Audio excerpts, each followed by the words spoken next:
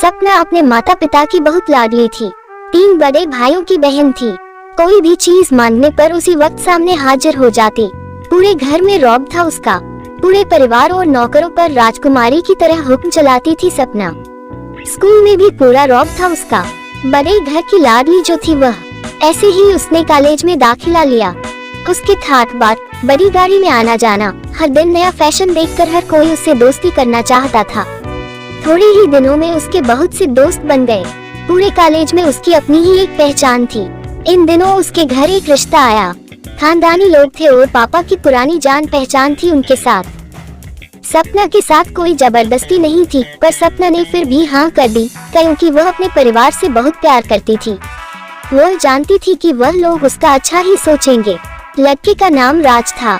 राज काफी पढ़ा लिखा और समझदार लड़का था। ससुराल वाले भी बहुत अच्छे थे। ससुराल में सपना की जगह वैसी ही थी जैसी कि मायके में। कोई भी कार्य सपना की सलाह के बिना नहीं होता था। सबकी लाडली बहू बन गई थी वह। फिर उसके घर एक बेटे का जन्म हुआ। राहुल सपना को जान से प्यारा था। पोता पाकर ससुराल वाले तो फूले नहीं समाते थे। सपना कभी कभी सोचती कि उसकी किस्मत कितनी अच्छी है। उसका हर अपना उसे कितना प्यार करता है। चाहे जीवन में कैसा भी समय आए, मेरे अपने हमेशा मेरे साथ हैं। मैं कभी अकेली नहीं हो सकती।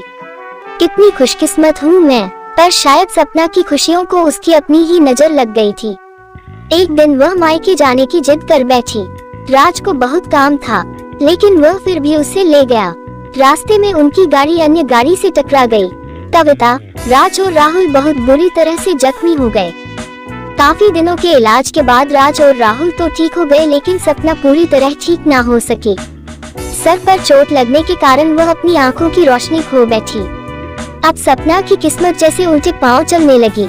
मायके वाले कुछ दिनों तक उसे मिलने आते रहे, फिर कभी कभार फोन ही करके पूछ लेते कि अब कैसी हो। धीरे धीरे ये सिलसिला भी कम हो गया। ससुराल वालों की सहानुभूति भी कम होने लगी। घर में किसी को पास बैठने के लिए कहती तो जवाब मिलता, बहुत काम है, अब तुम भी हाथ नहीं बंटा सकती। राज भी चिड़चिड़ा हो गया था। बस राहुल ही था उसके साथ, जिसके साथ हंसते खेलते उसका वक्त गुजरता। एक दिन सपना के हाथ से कुछ सामान गिर गया, जिसकी वजह से राहुल को हल्की सी चोट लग गई। सपना के सास ससुर ने राहुल को उससे अलग कर दिया कि कहीं उसके ना देखने की वजह से बच्चे का कोई नुकसान ना हो जाए। सपना अंदर से टूट चुकी थी।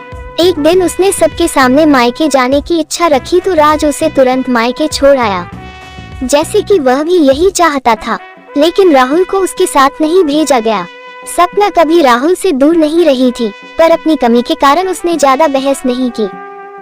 सपना को लगा कि वह 3-4 दिन वहाँ रहेगी तो थोड़ा हवा पानी बदल जाएगा, क्योंकि वह कितने दिनों से कहीं भी बाहर नहीं गई थी। घर वाले भी इतने दिनों बाद उसे देखकर कितने खुश होंगे। सपना के घर पहुंचने पर सब लोग बहुत खुश हुए। खाने में सब कुछ सपना की पसंद का ही बना था। उसने अपने मम्मी पापा और भाई भाभीयों से दिल खोलकर बातें की। उनके छोटे छोटे बच्चे भी बुआ के साथ घुल मिल गए थे। रात को सोने के वक्त जब वह कपड़े बदलने लगी तो उसे पता चला कि उसका बैग तो बहुत भरा हुआ था। वो सब समझ गई। वो बहुत उदास हो गई।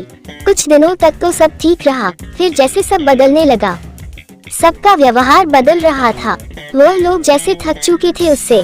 सब लोग घूमा फिरा कर पूछने लगे कि राज कब आ रहा है उसे ले जाने। वह बहाना बना देती, जबकि वह जानती थी कि उस घर में अब उसके लिए कोई जगह नहीं। सपना से चलते वक्त कुछ न कुछ नुकसान हो जाता। थोड़ी बहुत टोका-टाकी उसे सुनाई देती, वह टाल देती। एक दिन उसके हाथ से लगकर एक कीमती फूलदान टूट गया। छोटी भाभी ने बहुत हंगामा मचाया। सपना के माता पिता रोज रोज के झमेलों से तंग आ गए थे।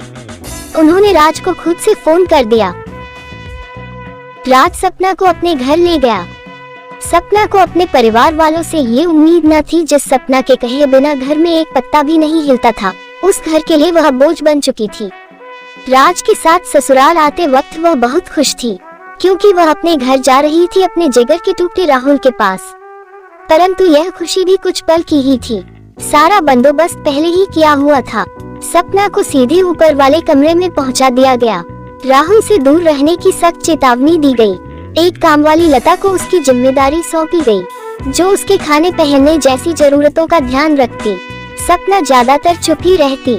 कभी कभी कामवाली लता से थोड़ा बतिया लेती, उसके जरिए राहुल का पता चल जाता। सबकी लाडली बेटी और बहू सबके लिए लाडली से बोझ बन चुकी थी। दोस्तों, ये कहानी आपको कैसे लगी हमें कमेंट में जरूर बताएंगे। वीडियो पसंद आया हो तो लाइक कर दे और चैनल को सब्सक्राइब कर ले। धन्यवाद।